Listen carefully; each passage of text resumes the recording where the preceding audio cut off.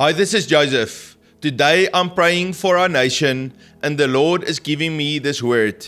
Your steps of faith will unlock your nation.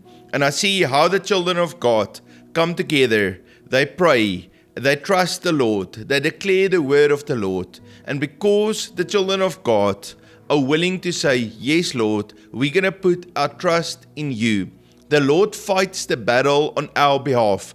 I see how the enemy flee. Some of them leave all of their stuff just like that, even their houses, their money, their offices, and they just flee because of that thunder of God and the fear of the Lord that He brings on the enemies. And the Lord says, there will be a turn around. Keep your faith. He will supernaturally provide for you through the season of transition, but there will be breakthrough for our nation. And do not allow fear to enter in your heart, but let faith, let joy, let excitement and optimism come on the inside of you, knowing that the Lord will fight the battle on our behalf. The Lord that we serve is good. He is great. He is powerful, and He can do all things. And the enemy and the servants of the enemy will be taken out of office, and the Lord will rise up His leaders for our nation. This morning I was praying and I was reading that scripture from 2 Kings chapter 7. So it's a wonderful scripture. You can go and read from verse 1 to 20 if you want to see the context of the scripture. But in essence, the people in Samaria, they were the people of God, but they were under siege. The armies of the Aramean army, that Syria, were surrounding their city, and there was no way out. People started to do horrific things. There was no food, so they would even start to eat their own children. It was the most terrible situation ever heard of in the nation of Israel. Outside of the camp were 4 lepers. They were sitting there. There's no food in the city. They are under siege and they are being attacked by this Armenian army. And then what happened? Those 4 lepers sat there and they started to talk to each other, and they said, you know what? There's no hope for us. If we go into the city, we will starve of death. And the people don't even want us to go in because of our leprosy. So we're going to just sit outside of the city and starve. We got no food. The sickness is not even killing us. It's the fact that we got nothing to eat. If we go to the Syrian army, then they will also kill us. But maybe if we go to them, they will take us as prisoners and feed us. So there's a small chance that we could get something. Now inside the city, the king was furious. He tried everything. He didn't know what to do. He was at his wit's end. It looked a little bit like governments today. They don't know what to do anymore. Everything was plundered. There's nothing left over. So what did the king of Israel do? He started to blame the prophet Elisha. He said that Elisha is the reason why we are under siege. It's the children of God. It's the prophetic voices. They are the ones that are wrong because we refuse to take responsibility. In response to the king's accusations, Elijah gave a prophecy. He said, by this time tomorrow, food will be plentiful and cheap.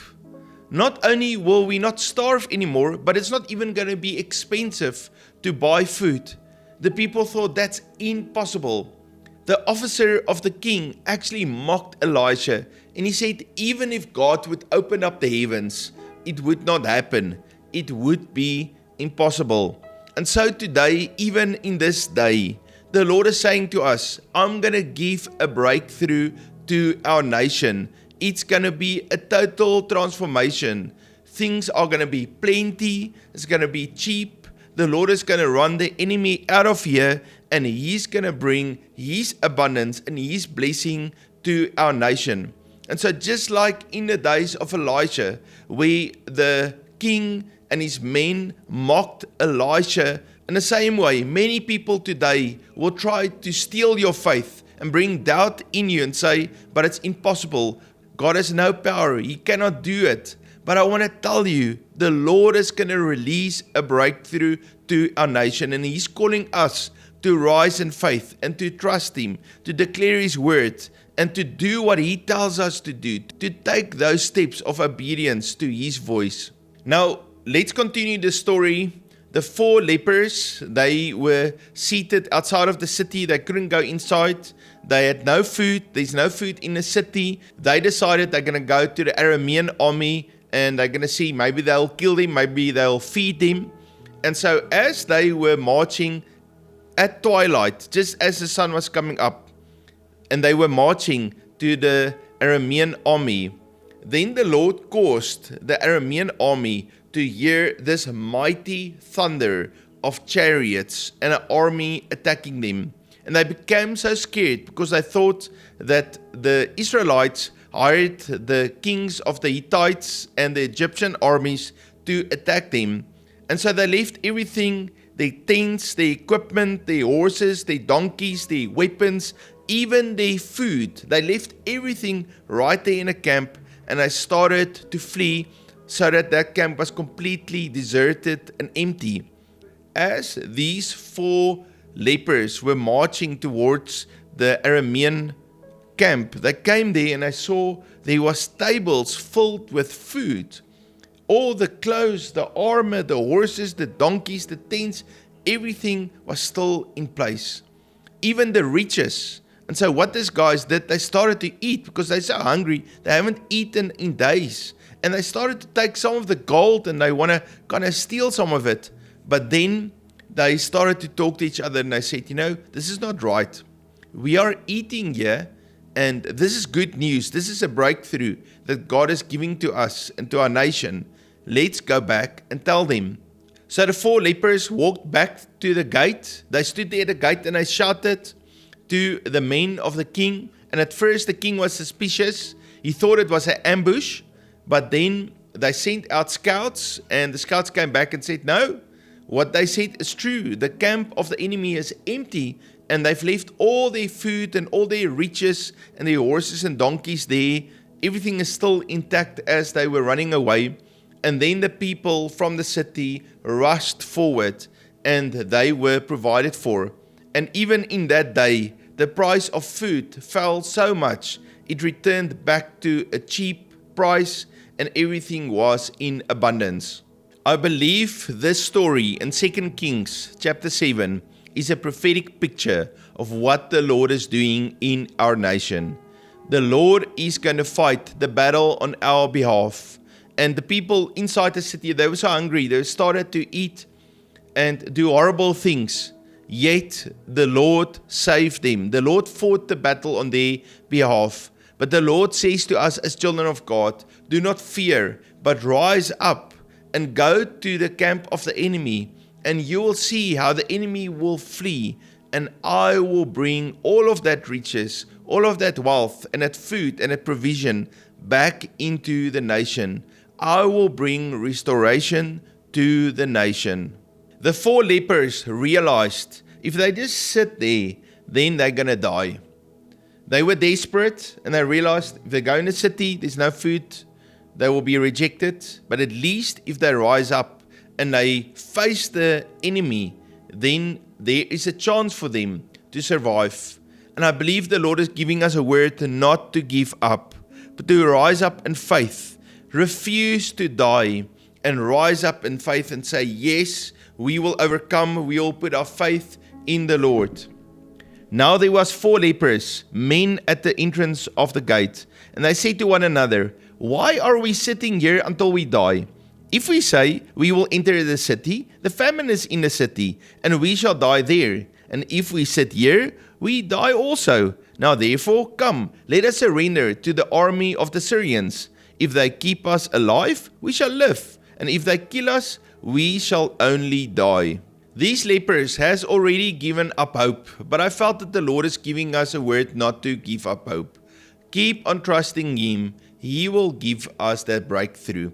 And then what's interesting, the lepers rose up at twilight. So they were obviously through the night talking with one another, and they couldn't see, so they needed to wait for that first light of the sun to kind of come over the horizon, and then at twilight they went to the army. And so twilight for me is a prophetic word. about what God is about to do. It's that new season, that transition season from night into day.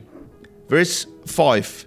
And they rose at twilight to go to the camp of the Syrians. And when they had come to the outskirts of the Syrian camp, to their surprise, no one was there. While everybody is thinking about how bad it is and how they're about to die, the Lord was fighting the battle on their behalf. They didn't take up a sword or a spear or get a chariot and attacked. No, the Lord caused that mighty sound of the chariots to come into the ears of the enemy, and they left everything just as is, and they started to run. Verse 6 and 7. For the Lord had caused the army of the Syrians to hear the noise of chariots and the noise of horses, the noise of a great army. So they said to one another, Look, the king of Israel has hired against us the kings of the Hittites and the kings of the Egyptians to attack us. Therefore they arose and fled at twilight. See, it's at the exact time of the breakthrough, a transition time from night to day that the Lord is releasing. So therefore they arose and fled at twilight and left the camp intact, their tents, their horses, and their donkeys, and they fled for their lives. And I believe we can declare today with faith that the enemies of our nation will flee for their lives, and they will leave all the resources intact. There will be a transfer of wealth from the wicked to the righteous, and the Lord will bring restoration and abundance to our nation. The outflow of this amazing miracle and breakthrough that the Lord gave them was that they could eat and they could drink and they could receive back their inheritance. And I believe the Lord has given to each one of us an inheritance as children of God, and He will provide for us, and He will bring full restoration back to us. Verse 8. And when these lepers came to the outskirts of the camp, they went into one tent and ate and drank, and carried from it silver and gold and clothing, and went and hid them. Then they came back and entered another tent, and carried from it silver and gold and clothing, and went and hid them. In Psalm chapter 23, David talks about tables that are set in front of our enemies, and the Lord provides for us. He feeds us and takes care of us. And so I want to tell you, even in the midst of the enemy attacking and taking over and trying to control and manipulate, the Lord will release the victory to you, and He will feed and provide for you personally on a very personal level in front of that enemy. He'll prepare that tables with food and drink and abundance.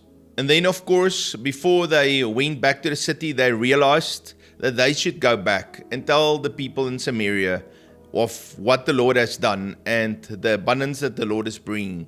And I believe that the breakthrough will come and many will not even know. And then the Lord is going to use us as children of God to be messengers, to go and to preach this message and to give people the right information so they can take hold of the provision that the Lord is giving to them. Verse 9, Then they said to one another, We are not doing right. This day is a day of good news, and we are silent. If we wait until morning light, some punishment will come upon us. Now therefore come, let us go and tell the king's household. The Lord fought the battle on their behalf, so much so that they never had to actually clash with the enemy. The Lord pushed them away, and they were able to receive that blessing. The people that discovered that blessing and that breakthrough was 4 outcasts. And so many children of God feels like an outcast. You feel, well, people, they don't want to accept me or my message, or they want to try to indoctrinate me, but I refuse to accept that, and I feel like an outcast.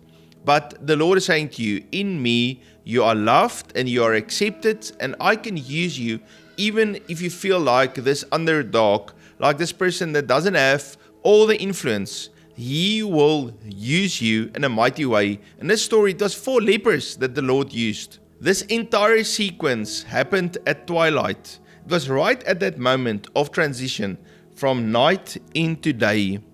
The armies of Syria was chased out, and then of course those 4 lepers at twilight discovered that the Lord gave them breakthrough.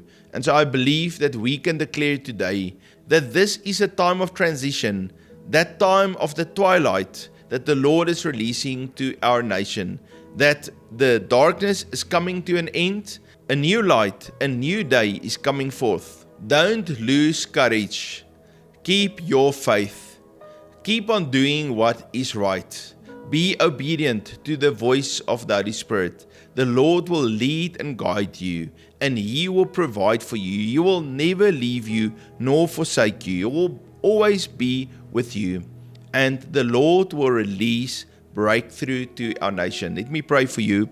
Father, I pray for each one listening today. Lord, I pray for a new faith to rise in us. Lord, help us to clearly hear your voice and to be obedient to your guiding light. Lord, we love you so very much. And Lord, thank you that you love and accept each one of us as your children. Jesus, thank you that you paid the price on the cross for us so that we can receive salvation through the blood of Jesus, and we can have access to the Father.